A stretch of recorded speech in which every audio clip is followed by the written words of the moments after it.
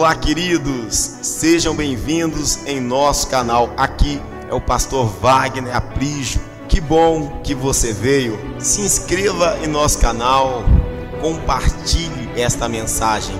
Assim, o YouTube entende que a nossa mensagem, a palavra de Deus é relevante e milhares de pessoas serão alcançadas para a glória de Cristo Jesus. Ouça agora uma palavra de esperança para a sua vida. Escute, Jesus te ama e te chama para viver uma nova e linda história.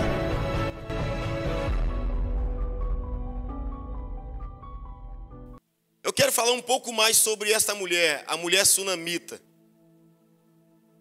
Essa mulher, ela nos ensina a hospedar a presença de Deus.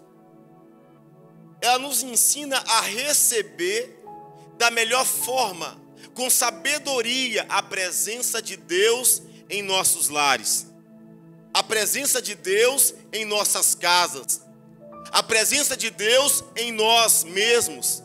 Essa mulher, ela nos ensina isso. Então hoje vamos falar sobre ela novamente, e o tema será: deixa Deus entrar. Deixa Deus entrar.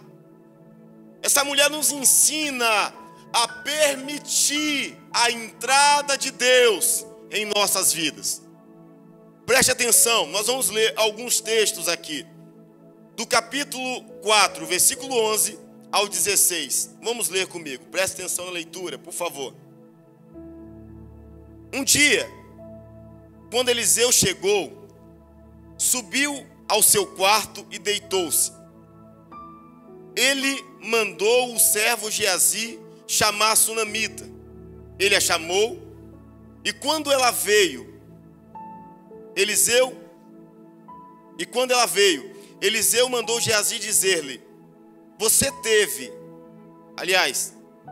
teve todo este trabalho por nossa causa. O que podemos fazer por você? Quer que eu interceda por você junto ao rei, ao comandante do exército? Ela respondeu: estou bem entre a minha própria gente. Mais tarde, Eliseu perguntou a Geazi: o que se pode fazer por ela? E ele respondeu: bem, ela não tem filhos. Ela não tem, diga comigo, filhos. Ela não tem filhos.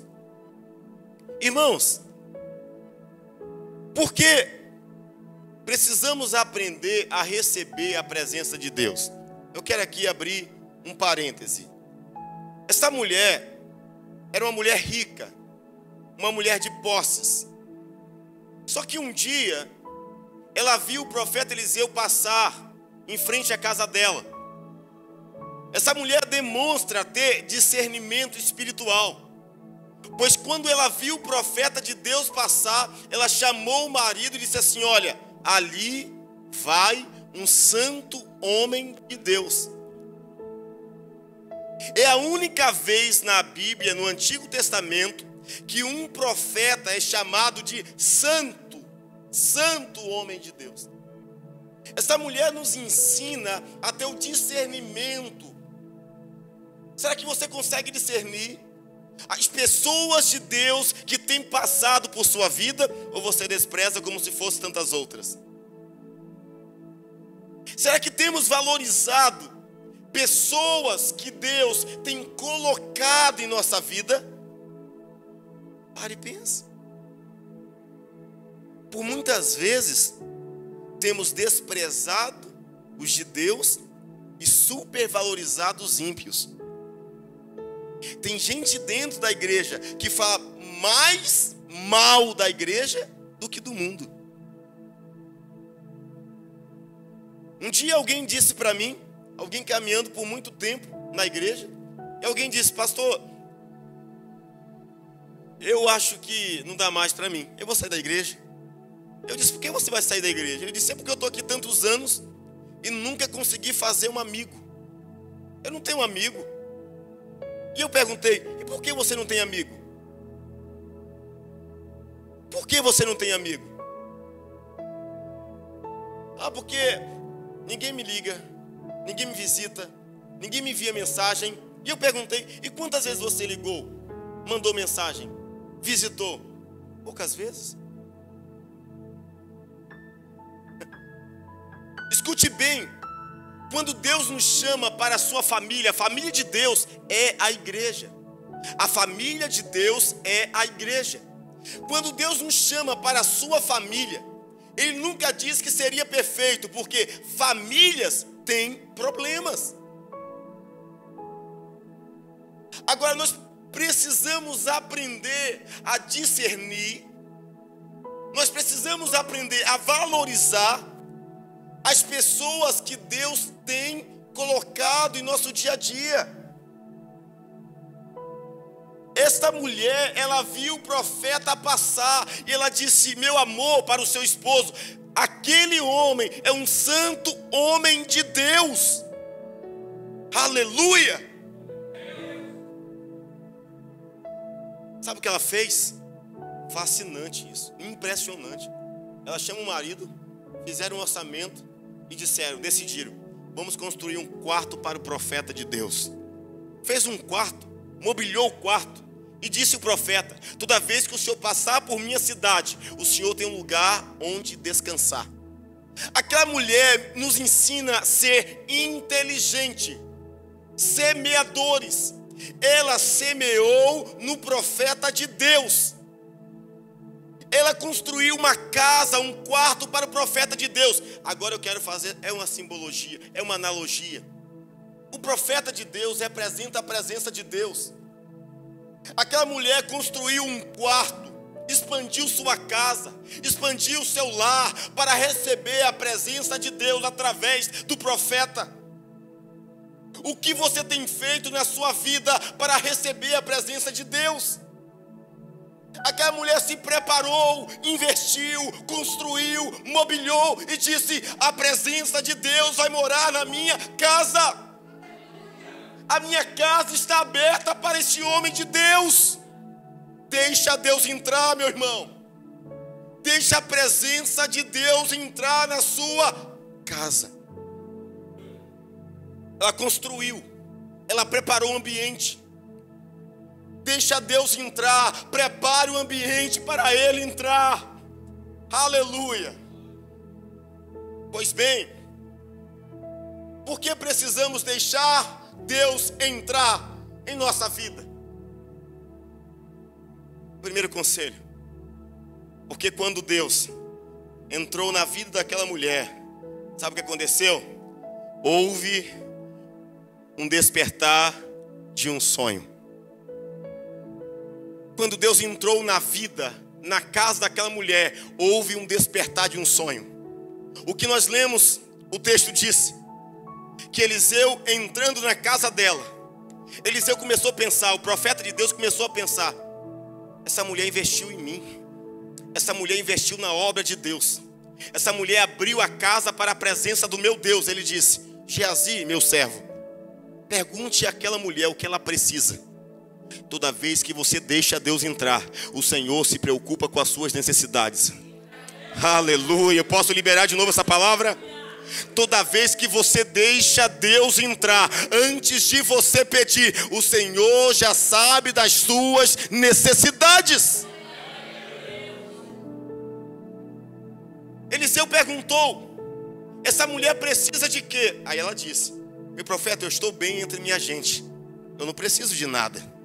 Mas presta atenção, quando a presença de Deus está em nossa casa, em nossa vida, nós podemos até dizer que não, mas Ele sabe que sempre precisamos de alguma coisa.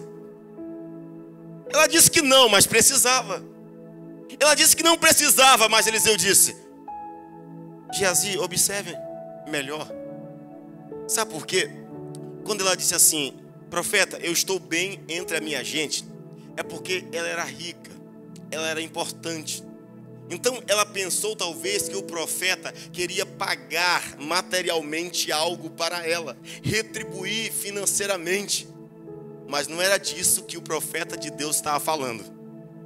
O profeta queria fazer diante da presença de Deus na vida dela, algo que o dinheiro dela não comprou até aquele momento.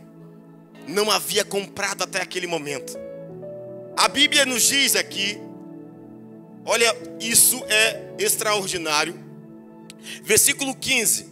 Então Eliseu mandou chamá-la de novo. Geazias chamou e ela veio até a porta. E ele disse: por volta desta época, no ano que vem, você estará com um filho nos braços. Perceba que a primeira coisa que houve na vida dela foi um despertar de um sonho. Um despertar de um sonho. Ela não tinha filhos, mas o profeta disse: você vai gerar um filho. Você percebe que é a mesma situação que o anjo do Senhor, quando aparecer a Abrão, disse para Abrão: ó, daqui um tempo, nessa mesma época, Sara te dará um filho. E Sara riu. Presta atenção, quando Deus chega em nossa vida, Ele desperta sonhos que estavam mortos. Ele desperta sonhos que estavam mortos. Agora a pergunta é: por que aquela mulher não disse ao profeta: olha, profeta, eu não tenho um filho? Por que ela não disse? Sabe por quê? Porque tem coisas em nossas vidas que são tão difíceis, que a gente já tentou por dinheiro, tentou por esforço, a gente viu que nunca conseguiu. Então tem coisa que a gente já tentou tanto tempo, Diaconisa Fernanda, que sabe, tem momentos que você não quer mais falar no assunto para não doer mais. Não é? Tem gente que nunca conseguiu firmar na vida emocional, talvez em um relacionamento conjugal. Aí tem pessoas que você pergunta: você sonha em casar? Deus que me livre, nem fale mais nesse assunto. Não é porque não quer casar, é porque está machucado, está machucada. Entende? Tem pessoas que não querem investir mais em um negócio. Vamos fazer uma sociedade? Deus que me livre, está repreendido em nome de Jesus. Deus que me livre disso. Não são pessoas que desistiram de investir, são pessoas que tiveram decepções nos seus investimentos. Foram traídos pelos seus sócios, pelos seus parceiros. Aquilo que nós não queremos às vezes nem pedir, é aquilo que nós deduzimos que não tem mais jeito. A mulher não disse ao profeta que faltava um filho, porque ela já tinha tentado a vida toda e nunca havia conseguido. E quando tocava naquele assunto, machucava o coração dela. Não sei se você já passou por situações assim. Tem tipos de conversa que a gente não pode ter com certas pessoas, porque machucam, incomodam. Se você estiver conversando sobre felicidade no casamento, para quem não é feliz, para quem nunca foi feliz no casamento, vai incomodar, vai machucar.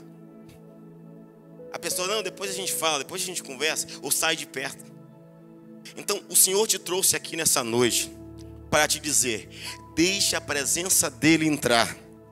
Porque quando a presença dEle entra, Ele desperta sonhos que estavam esquecidos. Ele desperta sonhos que eram impossíveis. O Senhor te trouxe aqui para te dizer: é tempo de despertar sonhos que estavam esquecidos. Tudo é possível para Deus. Irmãos, escute bem. Versículo 16, por favor. O profeta disse àquela mulher, ele disse: por volta desta época, no ano que vem, você estará com um filho nos braços. Ela contestou: não, meu senhor, não iludas a tua serva, ó homem de Deus. Tem assuntos que a gente não acredita.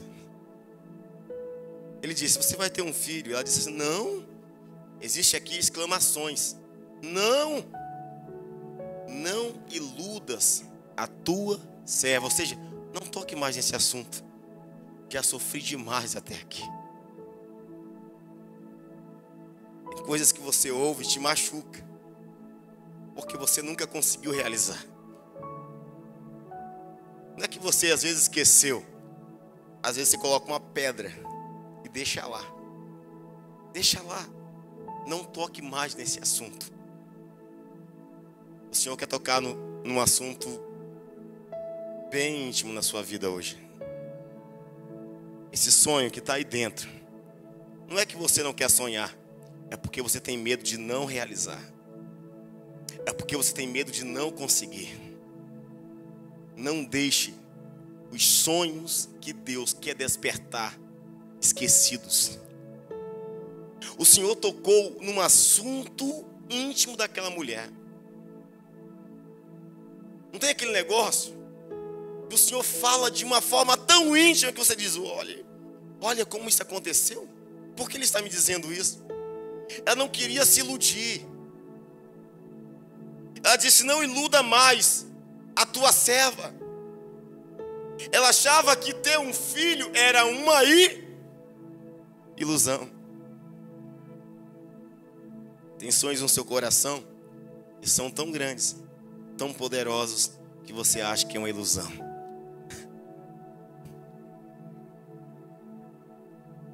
Quais são as grandes ilusões que você deixou de sonhar? Deixa Deus entrar. Ele quer despertar os seus maiores sonhos. Levante suas mãos assim. Amém. Senhor Jesus, nós te pedimos nessa noite, toque em nossas intimidades, desperte os sonhos dentro de nós. Desperte sonhos, ó Pai, que nós deixamos para trás, porque eram grandes demais, porque eram altos demais. Pai, a tua palavra diz que tudo é possível ao que crê. E nós permitimos nessa noite, entre Espírito Santo, entre presença de Deus, entre glória do Senhor, entre nossa casa, entre nossa vida, entre nossa família, e desperte os nossos sonhos, Senhor.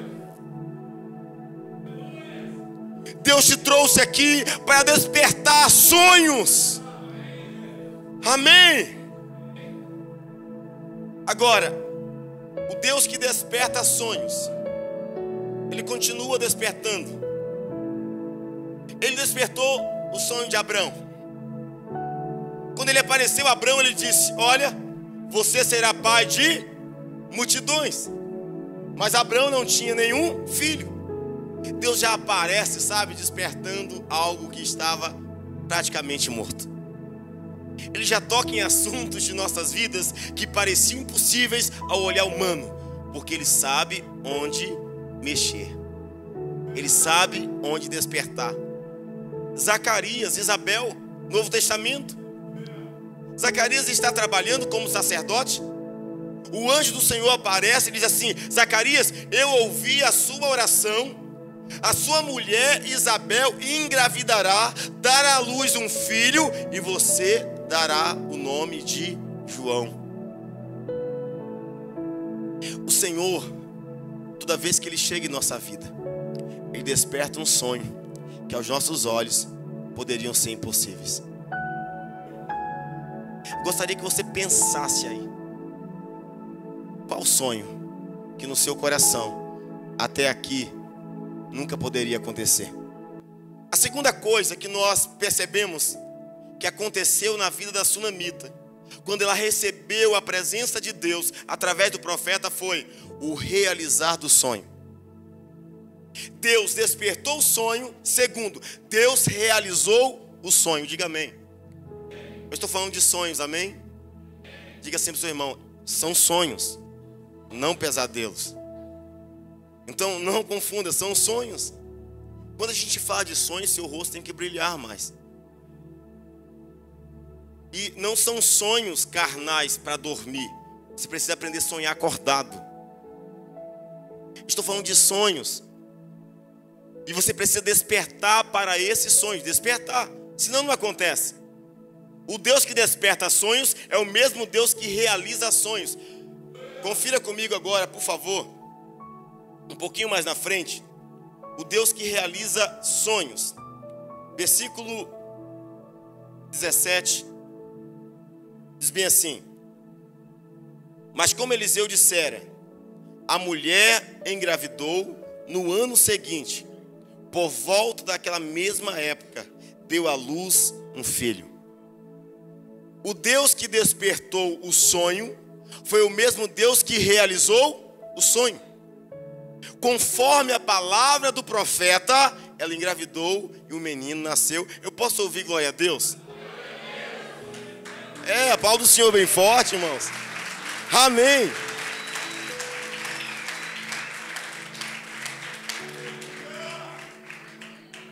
O Deus que desperta sonhos é o Deus que realiza sonhos.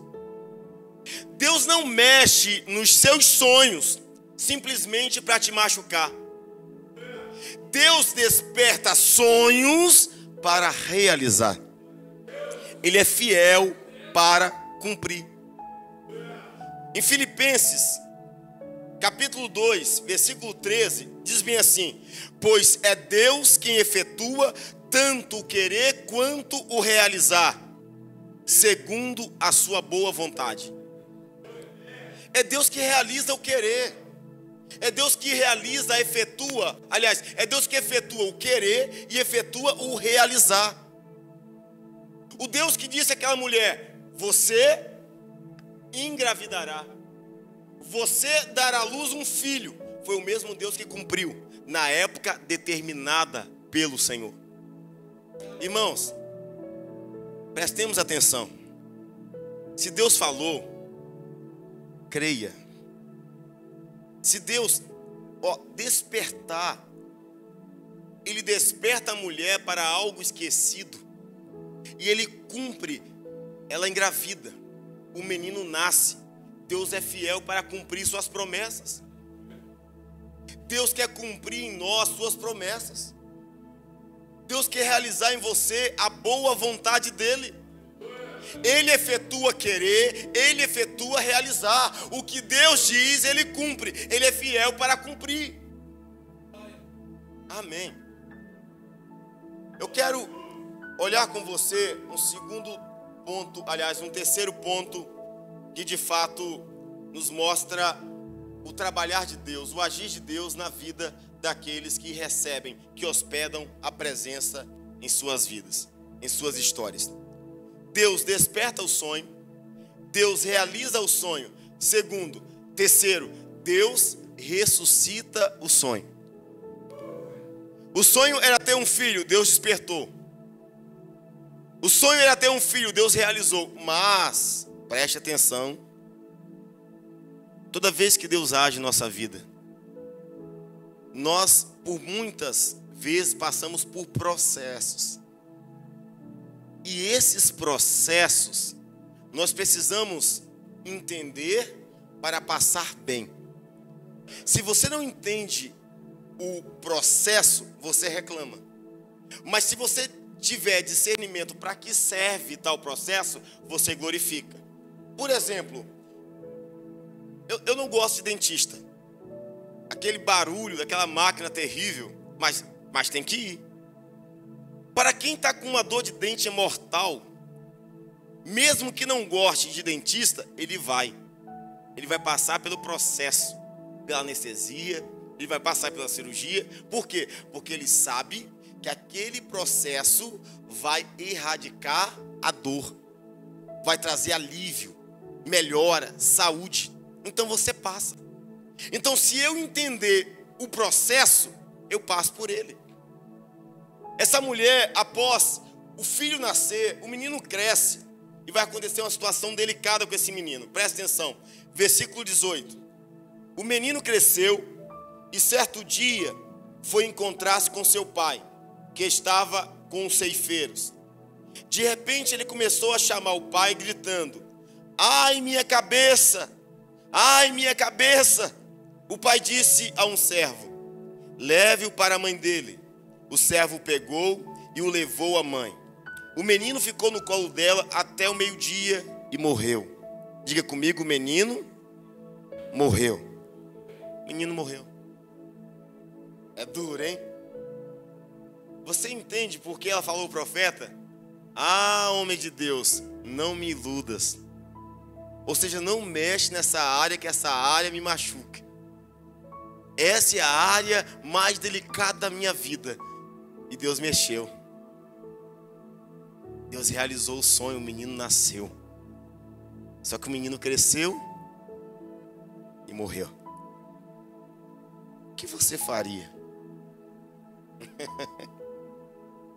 Tem gente, se essa mulher fosse os crentes de hoje, diria assim: olha, eu estava tão bem no mundo, só entrar na igreja, só problema, né?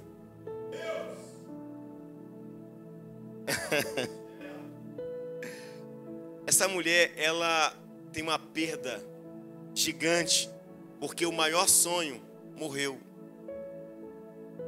Mas ela tinha, novamente, discernimento. Ela entendeu o processo. Se você entendeu o processo, você não murmura. Você toma direções com sabedoria. Presta atenção o que ela vai fazer após a morte do filho. Presta atenção aí. Versículo 21. Ela subiu ao quarto do homem de Deus. Ela subiu ao quarto do homem de Deus. Deitou o menino na cama. Saiu e fechou a porta. O lugar que o sonho foi despertado, ela voltou. Ela voltou no lugar da presença. Aleluia. Aleluia. Ela voltou no lugar, no ambiente, na atmosfera que ela recebeu a palavra profética. Ela não reclamou, ela não questionou, ela não blasfemou contra Deus. Ela subiu ao quarto do profeta, do homem de Deus. Foi nesse quarto que Deus despertou o sonho. E foi nesse quarto que ela acreditou: o Deus que despertou pode ressuscitar. Ei, toda vez que você não estiver bem, volte ao primeiro amor, volte no jardim, volte à inocência, volte à intimidade. Entra no quarto, fecha a porta e ore. A melhor saída no meio dos desesperos da vida não é reclamar, falar com o mundo, não! Entre no quarto da glória, no quarto da presença, no quarto do despertar dos sonhos. Entra no quarto. Nós agimos carnalmente muitas vezes na vida, mas a Bíblia diz: andai pelo Espírito. Recebemos notícias ruins, já vem na cabeça: vou ligar para alguém. Toda vez que nós temos notícia ruim, alguém vem em nossa cabeça: vou ver se fulano pode me ajudar. Toda vez que vier notícia ruim, entre no quarto, converse com Deus primeiro. Fale com Deus. Fale com Deus. Pastor, mas é minha melhor amiga, mas é o meu melhor amigo. Sim, você pode fazer, mas a sua prioridade é voltar no quarto da sua intimidade com aquele que prometeu sonhos. É como Abraão. Ele vai subir o Monte Moriá. Isaac foi pedido. Ele ia sacrificar o filho. Isaac pergunta: pai, as brasas, a lenha está aqui, mas cadê o cordeiro? Abraão sabe que quem prometeu, ele sabia que quem havia prometido era fiel. Ele disse: meu filho, Deus proverá. Deus proverá. Meu irmão, pegue seus problemas, pegue suas frustrações, leve para o quarto, suba para o quarto de oração, coloque seu joelho no chão, para a presença da glória, e Deus proverá. Essa mulher, ela é espetacular. Ela leva o filho para o quarto onde o filho foi profetizado. E sabe o que acontece? Versículo 22 diz: ela chamou o marido e disse: preciso de um servo e de uma jumenta para ir falar com o homem de Deus. Vou e volto logo. Pastor, que fé é essa, pastor? O menino não está morto, não está dormindo, não está descansando. Aliás, descanso já era eterno. já era eterno o descanso dele. O menino tinha morrido. Ela diz ao marido: amor, eu vou e volto. Que isso, essa fé é espetacular. Essa é a fé. Essa é a fé. Isso é chamar a existência o que não existe como se existisse. Isso é fé. Isso é confessar a palavra de Deus, falar a mesma coisa que a palavra, acreditar na palavra, concordar com a promessa. Isso é fé. Ela não conta ao marido que o menino morreu. Ela não conta. Por quê? Provavelmente ele não seria tão espiritual quanto ela. Ia falar: aí, tá vendo aí? Falei pra você, não... Tem gente assim. Mas ela fala bem assim: amor, eu vou e volto logo. É o tipo da frase de Abraão: pela fé, Deus proverá. Meu Deus do céu. Eu vou e volto logo. Papai está cuidando. E continua aqui. Olha as declarações de fé dessa mulher. Versículo 23. Ele perguntou, o marido perguntou: mas por que hoje? Não é lua nova, nem sábado. Tipo, por que pressa? Ela respondeu: não se preocupe. Ah, pelo amor de nosso Deus. Que mãe é essa, gente? Diga assim comigo: é a mãe que vive a promessa. O Deus que despertou, o Deus que realizou, é o mesmo Deus que ressuscita. Ela disse assim: eu volto logo. Ele disse: por que agora? Ela disse: não se preocupe. Eu sei que existem muitas mulheres como a Sunamita hoje. Quando a casa está em prova, eu vou comprar vestido depois. Não se preocupe, amor. Não se preocupe, amor. Vamos cortar a Netflix, vamos cortar algumas coisas. Não se preocupe, amor. Ei, Sunamita, ainda bem que você é uma bênção. Ah, quanta falta faz as sunamitas.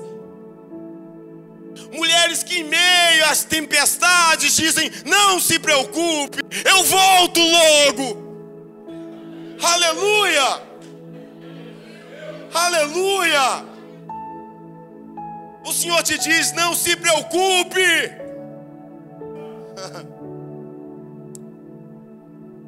Versículo 24. Ela mandou selar a jumenta e disse ao servo: vamos rápido, não podemos perder tempo. Só pare quando eu mandar. Assim ela partiu para encontrar-se com o homem de Deus no Monte Carmelo. Ela anda muitos quilômetros. Ela percorre muitos quilômetros até o Monte Carmelo. Ela vai, pela fé, ela vai. E diz aqui, versículo 25, quando ele a viu à distância, disse a seu servo Geazi: olhe, é a Sunamita. Corra ao seu encontro e pergunte a ela: está tudo bem com você? Tudo bem com seu marido? E com seu filho? Ela respondeu a Geazi: está tudo bem.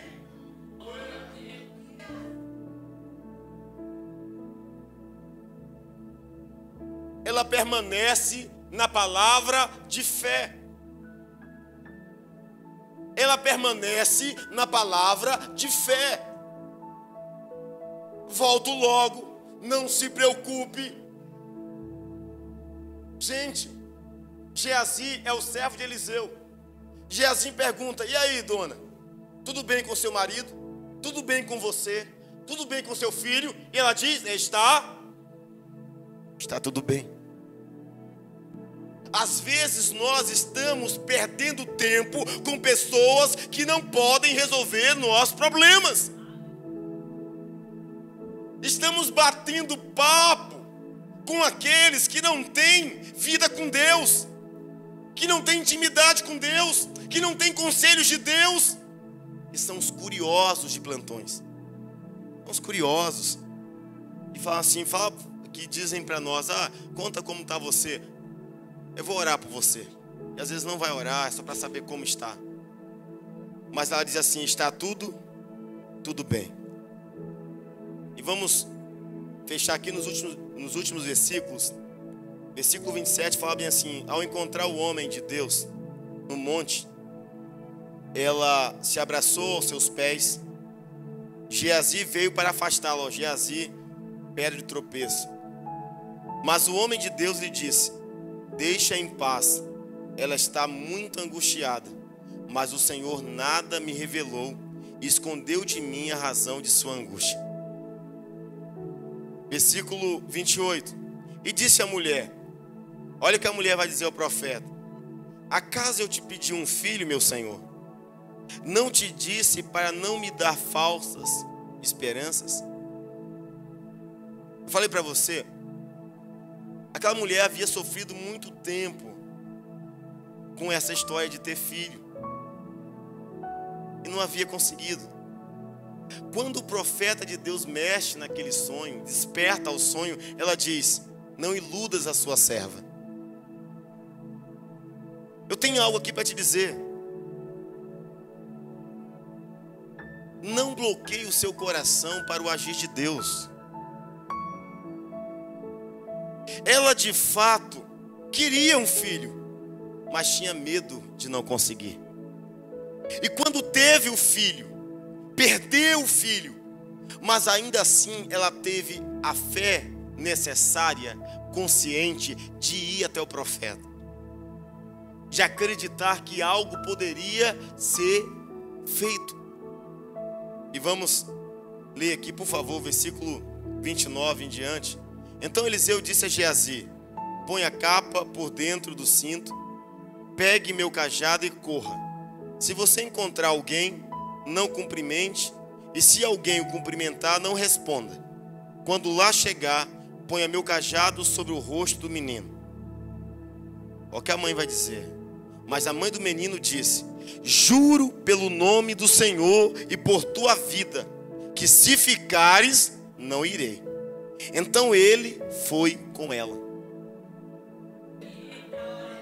É tipo Jacó: eu não solto enquanto não me abençoar. Pessoas que desfrutam da boa companhia, meu irmão, a companhia da fé. Ela sabia que Geazi não ia resolver nada. A conversa dela era com o homem de Deus. E aí você vai perceber que o desfecho da história, de versículo 31. Geazi chegou primeiro e pôs o cajado sobre o rosto do menino, mas ele não falou nem reagiu. Então Geazi voltou desesperado, coitado, para encontrar-se com Eliseu e lhe disse: o menino não voltou a si. Quando Eliseu chegou à casa, lá estava o menino morto, estendido na cama. Ele entrou, fechou a porta e orou ao Senhor. Você vê a diferença de Geazi para Eliseu? Geazi põe um cajado, o menino não ressuscita. O que ele faz? Ele volta, ele desiste. Olha o homem de Deus, o profeta de Deus, ele ora. Quem fica gastando tempo dialogando com quem não busca a Deus, vai dar nada certo, porque desiste logo. Mas quando você busca na sua vida a presença de Deus, tem oração, meu irmão, tem clamor, tem intercessão.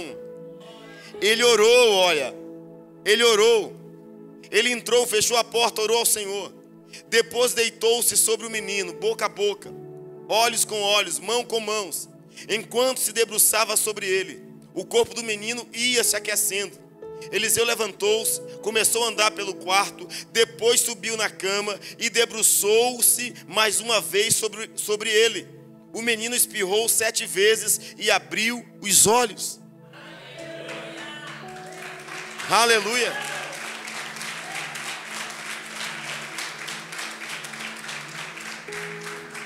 Presta atenção. A persistência daquela mulher. Irmãos, eu tenho aqui alguns conselhos para a gente fechar essa mensagem. Primeiro, tenha intimidades, tenha amizade com pessoas que te levam à presença de Deus. Abra a sua casa para receber aqueles que profetizam vida e não morte. Invista tempo, até recurso, em tudo que Deus está presente.